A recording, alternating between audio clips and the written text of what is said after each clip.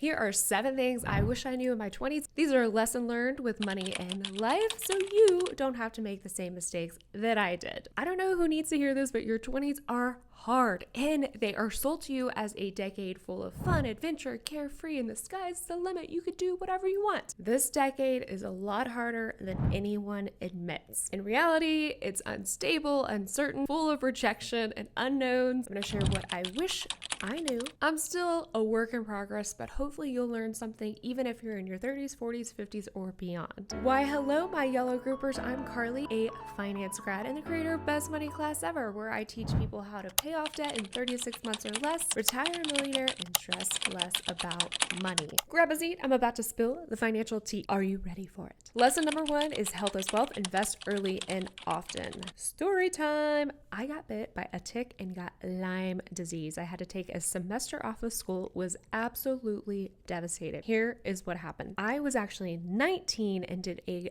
summer internship in upstate New York. It was direct sales, and I ended up getting a bullseye classic rash that really freaked me out. I ended up going to the urgent care, and the doctor said, "Oh, this might be Lyme disease." At the time, I was like, what? Like, anything with the word disease does not sound good to me. But she was like, it's fine. Just take these oral antibiotics. You'll be good. So I take the antibiotics, and then the rash goes away. And then I don't really think anything of it. I go back to school in Texas. And then I quickly notice I'm not quite normal. I was extremely fatigued. By fatigued, I mean like a level or 2 above bedridden. I would go to sleep and sleep 12 to 14 plus hours, and then naps like 3 to 5 hours a day. Things like opening a can of Coke hurt.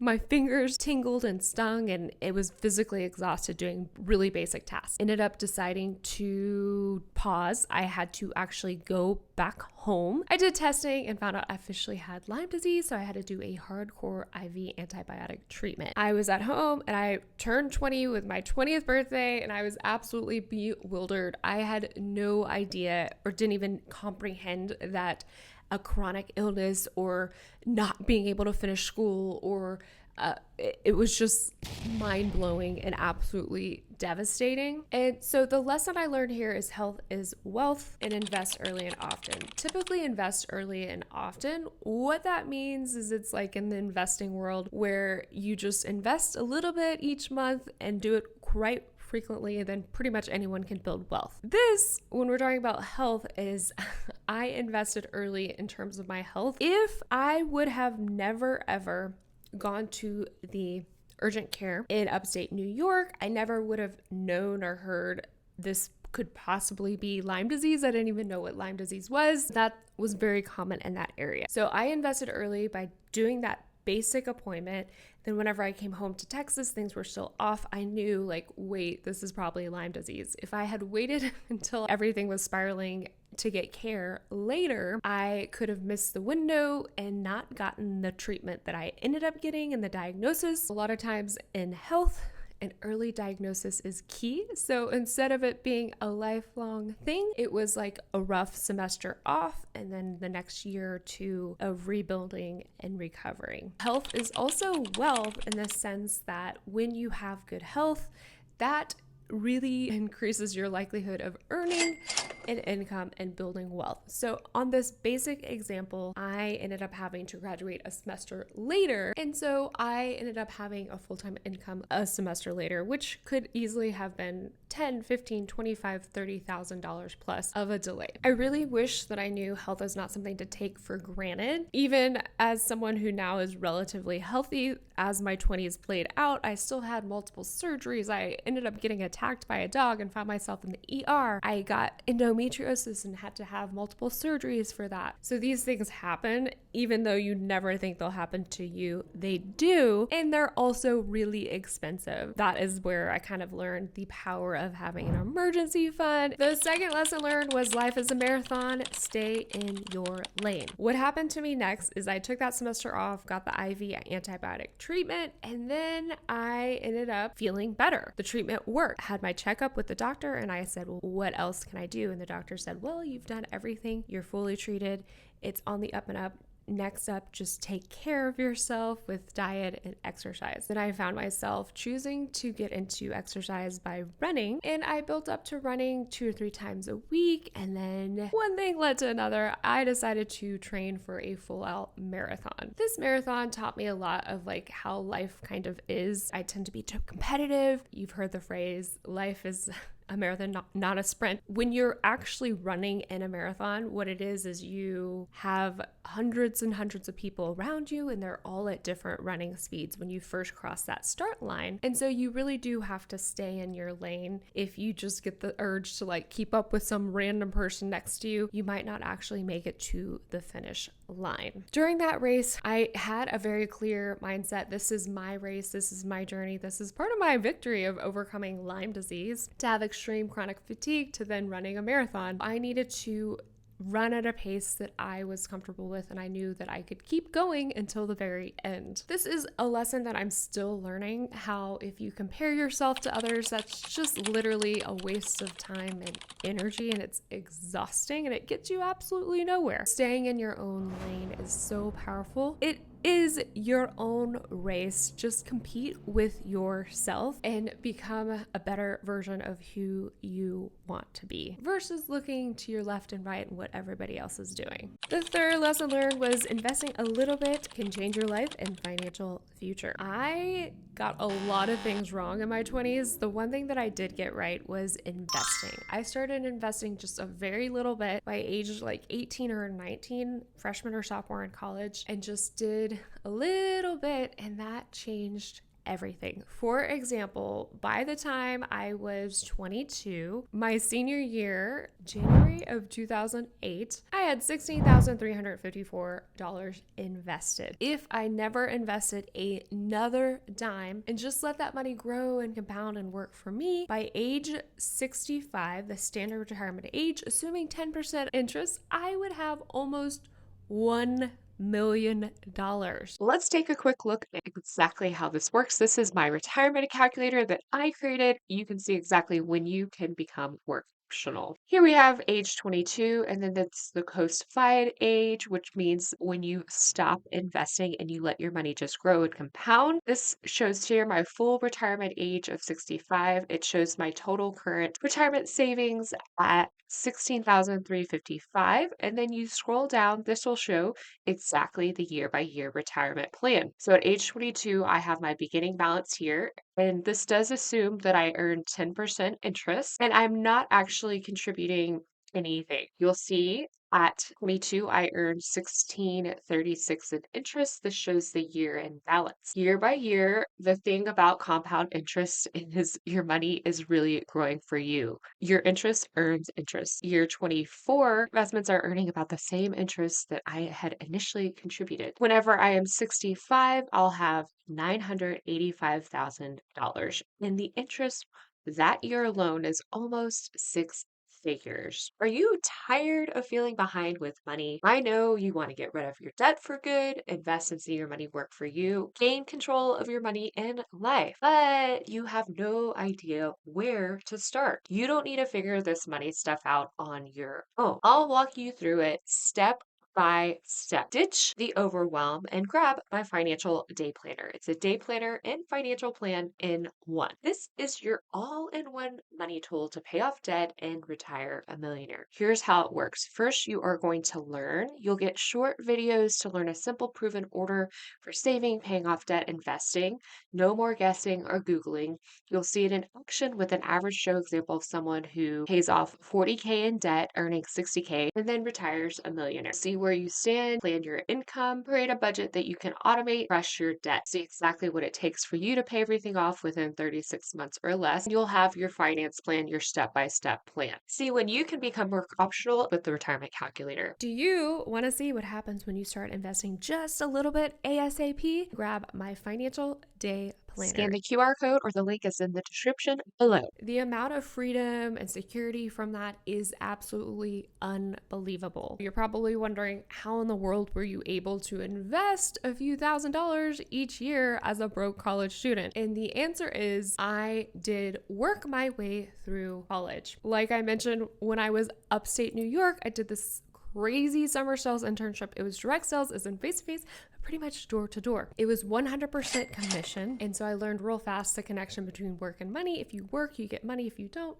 get paid. This leads me to the next lesson learned. Lesson number 4 is avoid lifestyle inflation and new cars. I did the summer sales internship. The first summer, my sales were so-so. The next summer, I improved. And then the next summer, I became a selling machine. I was a top sales rep in an Inc. 500 company, meaning one of the fastest 500 companies in the entire nations. I was a top sales rep. So at the time, they ended up giving you a car bonus. So you would get $500 to go to any car. My mentality at that time was, I worked hard, I was entitled, I deserved this.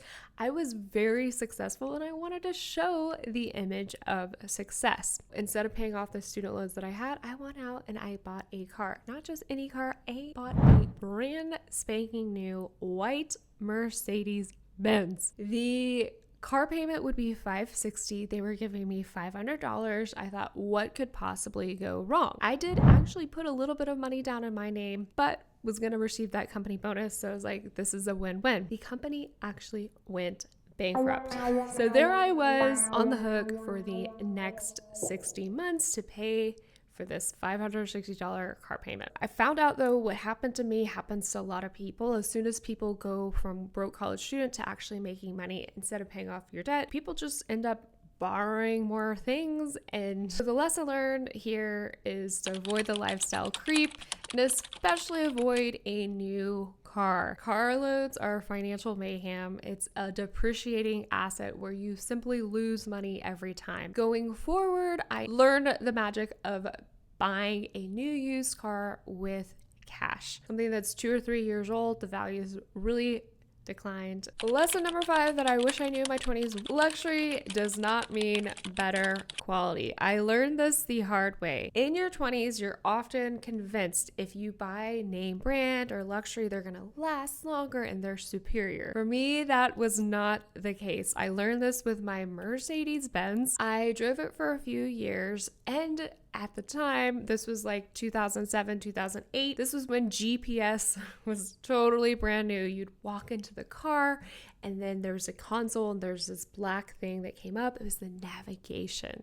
At the time, nobody had this. This was like a new technology. One day I walk in my car, turn it on, and the console goes up and the navigation was kind of starting to gray out. And I was like, that's weird. Didn't think anything of it. Ran an errand, got back in the car, and the navigation came up again and it completely blacked out. I was like, what's happening? So I called the dealership and they're like, oh, yeah, sometimes they malfunction and go out. Mind you, it had only been like a couple of years. I was like, okay, how much is this to replace it? And he's like, that'll be like $3,000 or something crazy. And so this was supposed to be a superior, like last longer, like woo. And no, it broke very, very soon. And it was super expensive to replace or repair. And as time went on, I ended up having lots of repairs, more than I would have ever thought possible. In 1 year, there were probably like 4 or 5 major things that came up. I would like get in the car and be like, check engine lights on again, like, oh my gosh, you know? And so first it was this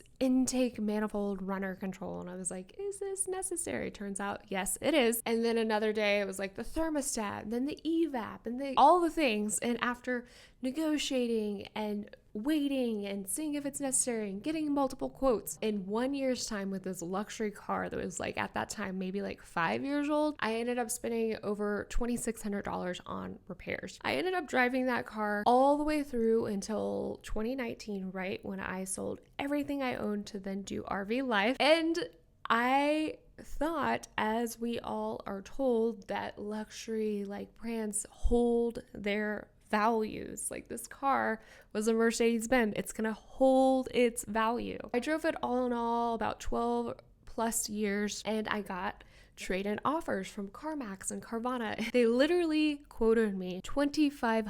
$2,500. This idea with like luxury and name brand, just for me, I'm like, it's a lie. It's a marketing scam. Like, yeah, maybe you feel a little bit better because it's a name brand, but the actual quality, in my experience, wasn't really worth it. And when you come to things like fashion or clothes or whatever. Like, think about it. What if you owned Gucci jeans and you have in your closet 5 pair of Gucci jeans, but they're skinny jeans? Okay, they're out of style. You then have, let's say they're $1,650. You'd have over $8,000 of not popular jeans just sitting in your closet. So I'd rather have 5 pairs of $20 jeans from Old Navy. Lesson number 6, travel is really worth it. I ended up going and prioritizing travel, and I wasn't sure, like, I'm spending thousands of dollars on these trips. Is it worth it? Like, what if I invested that money instead? And for me, I found in the personal finance world, there's often like this either or mentality. Like, either you're going to spend your 20s just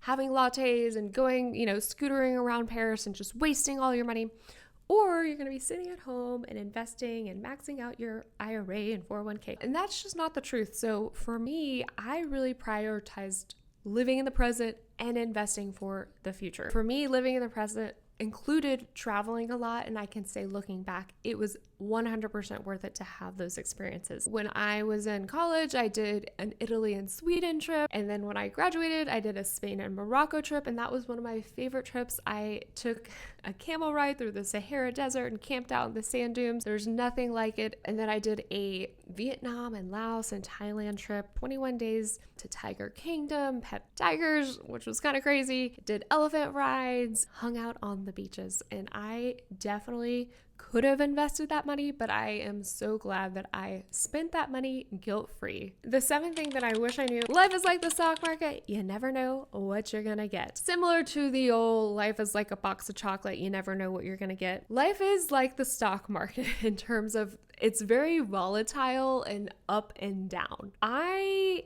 kind of bought into this whole like formula for success. The formula that I learned from high school guidance counselors and teachers and just society is the American dream. You just follow the formula. And the formula is make good grades, get into a good college, graduate, get a good job, and then you're just like set. And there's just going to be growth with this straight line trajectory. And I found that's not really the case. Kind of like with the stock market, I like to forecast returns with either 8%, 10% interest, but the reality is you're not going to get that set return on investment every year. Instead, there's years of great gains and great losses, and that's exactly how life is. So especially with your career, it's not going to be like success and building. It's going to be setbacks and trials and failures and rerouting. I always took the entrepreneurial path, and that is so true. There's really not any guarantees. And then people who take the standard corporate route, there's layoffs, there's coworker drama, there's all kinds of things. Sometimes you have to rebuild and start again or try something different. I feel like at large, the mindset in your 20s is you're taught, you're special, you're smart, you won all these awards, you went to this great college, you can do anything you put your mind to. And I think the adjustment of that is like, yeah, you can, but it's gonna be a roller coaster like the stock market to get to that destination. You're gonna fail a lot and learn a lot throughout your 20s and for the rest of your life. There are ups and downs and there are no guarantees, but at large, there are upward trends, and when you work hard, you will eventually see some sort of results that you're wanting. If you are in your 20s and life is just panning out a lot harder than you were told it would be, hopefully this helps you feel a little less alone in the struggle. There are constant unknowns. Money decisions feel heavy and permanent, and the pressure to look successful and have it together is pretty big. As a recap, what I wish I knew is health is wealth, invest early and often. Life is a marathon, stay in your lane. Investing a little ASAP will change your life and financial future. So do it. Avoid lifestyle inflation and new cars. Luxury doesn't mean better quality. Travel is so worth it, and life is like the stock market. You never know what you're gonna get. I am here to hype you up, and now it is time for a best money class ever money win. This one is for you if you have had an accident or a major health issue that really threw you off. I hope you'll be inspired by Ashley's story. Ashley was in a major car accident which landed her in the ER several times. She found herself owing about $15,000 in medical debt. She said it was stressful and I felt stuck. She did decide it was time to change. She wanted to have a good relationship with money and made little changes applying what she learned in Best Money Class Ever, and the results were crazy. No more medical debt. She paid off all the $15,000 in medical debt and then saved her first $10K for a mini emergency fund. Her advice to you is I changed my mindset. I had to stop believing I was bad at finance. Best Money Class Ever has empowered me. If you are in a little bit of a rut and things aren't going as you thought they would, I hope you know that you can turn things around too. Thank you, my yellow groupers, for listening. Every show has a dope name that they call their listeners. I'm calling you my yellow groupers. We have slow starts, we get behind, we feel stuck. The cards are stacked against us. The hands we are dealt are not ideal. We get off course, we get knocked down, but we don't ever give up. That is where our grit is formed. Our trials and adversities make us stronger. If you've been meaning to get your finances in order, now's the time, and this is the best place to start. Here, you'll overcome analysis paralysis with the finance plan. This is the roadmap you've been looking for to pay off debt and retire a millionaire, even if you have no idea where to start and you're living paycheck to paycheck. I am really curious and would love to hear from you. What do you wish that you knew when you were in your 20s? Spill your financial tea and leave a comment below if you're watching on YouTube or listening on Spotify. Did you like this episode? If so, like it and be sure to subscribe and share it with your friends who geek out on money. Leave me a 5-star review wherever you're listening. It really helps others who are on a mission to pay off debt and invest find this show. Best Money Class Ever, my signature live and virtual 4-week personal finance class starts soon. You want in? You can get on the waitlist and sign up to take the intro to class for free. You'll instantly get a free 20-page downloadable guide with the finance plan, your step-by-step plan. As always, remember you only live once. Be smart with your money now. I will catch you later. Bye.